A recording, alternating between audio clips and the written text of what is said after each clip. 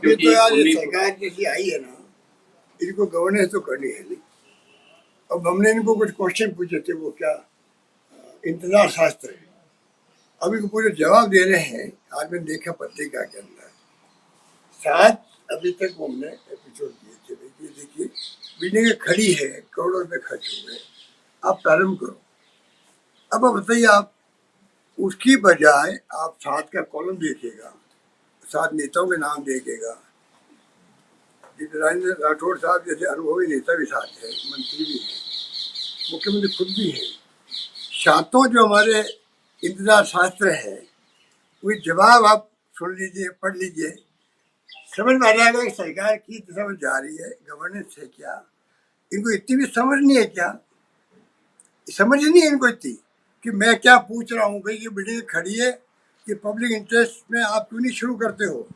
जवाब दे रहे हो, पता नहीं क्या क्या दे रहे हैं, मेरी खुद की समझ नहीं आता है। मुख्यमंत्री चाहिए वो खुद पढ़ ले एक बार सुबह, और उनकी जो सलाह का ऐसे भर्ती है वहाँ पर, उनको निकाल बाहर करो, वरना बर्बाद कर देंगे मुख्यमंत्री जी। ऐसे जवाब मैं पूछ रहा हूँ, वो जवाब कुछ दे रहे यार। ऐसा बन के देखा नहीं राज।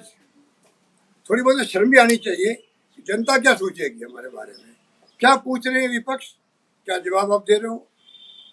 इतनी बड़ी मजाक तो मैंने पहली बार देखी है। उसमें फिर खुश हो रहे हैं, हमारी बात करते हैं, हमें और पूछ रहा नहीं पूछ रहा, उनकी चिंता उनको नहीं करनी चाहिए। वो हमारी पार्टी के अंदरूनी मामले हैं, आप अपने मुद्दों को, मैंने कहा बेटों को दूर रखना चाहिए। मैंने क्या गलत कहा?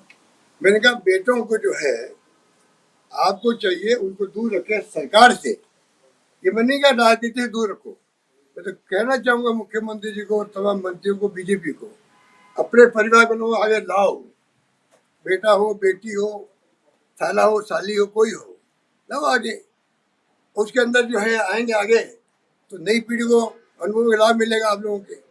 आज जो पीढ़ी है जो राज कर रही है, अगर ये बेटे आएंगे, बेटा आएगा, साला आएगा, तो इनको फायदा मिलेगा ना। जब राजनीति में आएंगे तो इनके खुद का अनुभव का लाभ उनको मिलेगा, आने वाली पीढ़ी को मिलेगा। तो राजनीति में आने में कोई हर्ज नहीं है। सरकार से दूर रखने में बात की थी, उस बात को गोल कर गए। और मैं समझता हूँ इतना उनको हिट हुआ दिखता है, या तो वो अपराध बोध से ग्रसित हो गए हैं कि तमाम 3 दिन से जोधपुर में, जयपुर में, पता नहीं कहाँ गया, क्या बोल रहे मेरे बारे में पता ही नहीं पड़ता क्या है।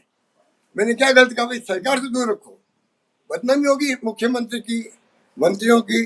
सरकार के लिए अच्छा है क्या? ये मैंने कहा था। और वो जोड़ रहे साहब की तो मुख्यमंत्री, पूर्व मुख्यमंत्री के बेटे की क्या कह रहे थे, कौन क्या करता। हमने तो अपने बेटे को अलग मकान किराए पे दिलाया, यहाँ पर अलग रहे, वो मुख्यमंत्री निवास में नहीं रहते। वो किसी बात करते लोग। इसलिए कम से कम विपक्ष को सम्मान देना सीखो। वो कोई सवाल उठाते तो उन्हें जवाब दो। ये जनता अपेक्षा करती है आपसे। किया कोविड के अंदर, जबकि राजस्थान का काम नंबर 1 था, तभी हमारी सरकार नहीं बनी। अच्छा, वहाँ केरला में एजुकेशन बहुत है, आजादी पहले से ही घर घर में एजुकेशन है। मेरा सपना ये है कि राजस्थान में भी ऐसे माहौल बने, घर घर में एजुकेशन। बिना तालीम के, बिना शिक्षा के जीवन अधूरा है। वो वहाँ पे बहुत ही आगे बढ़े हुए हैं। वो समझ के वास्तव में जो सरकार कह रही है वो ठीक है। हम यह कहते थक गए कि दुनिया में नाम हुआ बिरोड़ा मॉडल का हमारा, तो ये बातें रही है और चुनाव फिर हार जीत हो जाती है। मुख्यमंत्री जी एक और कह रहे हैं तो कि इस बार हमें पूरी उम्मीद है कि सरकार इस बार यूडीएफ की बनेगी। मुख्यमंत्री जी का एक और इंटरव्यू में आरोप लगाया कि सॉफ्ट हिंदुत्व की कांग्रेस बात करती है, इसके कारण नुकसान हो रहा है कांग्रेस को। ये तो उनको, तो कम्युनिस्ट पार्टी के नेता हैं। ये मोदी जी कह रहे हैं, कौन कह रहा है? केरल के मुख्यमंत्री। वो तो ऐसी बातें करते रहेंगे, तो कम्युनिस्ट पार्टी के ना हार्डकोर लोग हैं। केरल के ज्यादातर लोग खाड़ी में बसे हुए हैं, क्या ईरान और इजराइल चिंता होनी चाहिए पूरी सरकार को। तो खाड़ी के अंदर भी और जहाँ बैठे हुए हैं, तो क्या बीतरी होगी उनके ऊपर प्रतिदिन, क्योंकि भयंकर युद्ध से घमासान चल रहा है। ट्रम्प साहब क्या क्या बोल रहे हैं हम देख रहे हैं। सच्चाई तो छनके आ सकती है, इसलिए चिंता विषय होनी चाहिए। सरकार को चाहिए वो इस पर प्रायोरिटी रखे। आज ममता बनर्जी बोल रही है कि जान को खतरा है वहाँ चुनाव में। अब ये माहौल देश में जो बना है ना, कि मुख्यमंत्री जैसे जान को खतरा है, खुद अपने जान को। आप सोच लीजिए देश कहाँ जा रहा है। मुख्यमंत्री को जेल में डाल रहे हो, जेल में कमाल है भाई।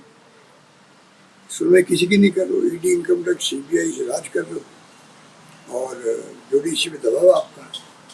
डेमोक्रेसी रही कहाँ है देश के अंदर। हिंदू राष्ट्र घोषित होना बाकी रह गया है, बाद इतना फैला दिया गया है जहर।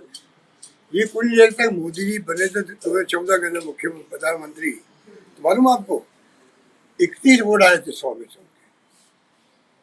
70 वोट के लगभग खिलाफ आए होंगे प्रति 100 में से, 69 वोट खिलाफ। फिर 36 हो गए इनके। इतना साथ दिया जनता ने इनका। अगर मोदी जी चाहते तो वो एक प्रकार से अपना औरा जो है स्टेटमेंटशिप दिखाते, वो पता नहीं वो आदमी कहाँ पहुंचता, क्योंकि पूरी देश की जनता ने उनको थाली बजवा दी, ताली बजवा दी। जो उन्होंने कहा, जो जनता ने किया। ऐसे व्यक्तित्व वाला व्यक्ति भी जो है कभी कांग्रेस मुक्त भारत बनाएंगे और कभी प्रतिपक्ष मुक्त भारत बनाएंगे। इन बातों को उसके रहेंगे। सरकार बनना और जीतना एक अलग बात है, तो देश हित में क्या है वो दूसरी बात होती है। तो जो इनका अप्रोच है आरएसएस का और बीजेपी का, वो अप्रोच इस देश हित में नहीं है। और ये कहते हैं कि हिंदू खतरे में है। इनको पूछो 250 साल तक तो अंग्रेजों ने राज किया, अंग्रेजों ने 250 साल तक। मुगलों ने राज किया पता नहीं 200-300 साल किया होंगे, 500 साल किया। 500 साल मुगलों ने राज किया, 250 साल किया अंग्रेजों ने, तब भी हिंदू खतरे में नहीं आया। और हिंदुओं का राज जब देश के अंदर राज हिंदुओं का है, तब हिंदू खतरे में हो गया। इतने बड़े गुमराह करने वाले लोग हैं कि तब भयंकर गुमराह कर देशवासियों को ये बर्बाद कर देंगे। और जनता को नई पीढ़ी समझना पड़ेगा सत्य किसके पक्ष में। पैसा धन के वैसा हो गया है, हमारे पास कुछ भी नहीं है।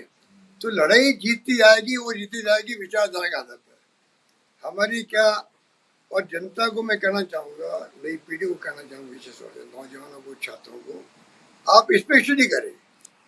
आपने छात्र जीवन पढ़ाई कर ली, आपने डिग्री फिर हासिल कर ली, फिर आप नौकरी के लिए प्रतिस्पर्धा में आ गए, कंपटीशन में आ गए। आप नौकरी लग भी गई, नहीं लगी, उससे काम नहीं चलने वाला है। साथ में देश में क्या हो रहा है, कौन सी विचारधारा क्या है, देश हित में क्या है, समाज के हित में क्या है, कहाँ गरीबी अमीरी का जो खाई बढ़ती जा रही है, कहाँ बढ़ती जा रही, कितनी बढ़ती जा रही, वो कल्पना कर सकता है क्या। 2 जून को खाना नहीं मिला लोगों को, और ये देश के अंदर क्या क्या तमाशे हो रहे हैं, क्या गिनो आप।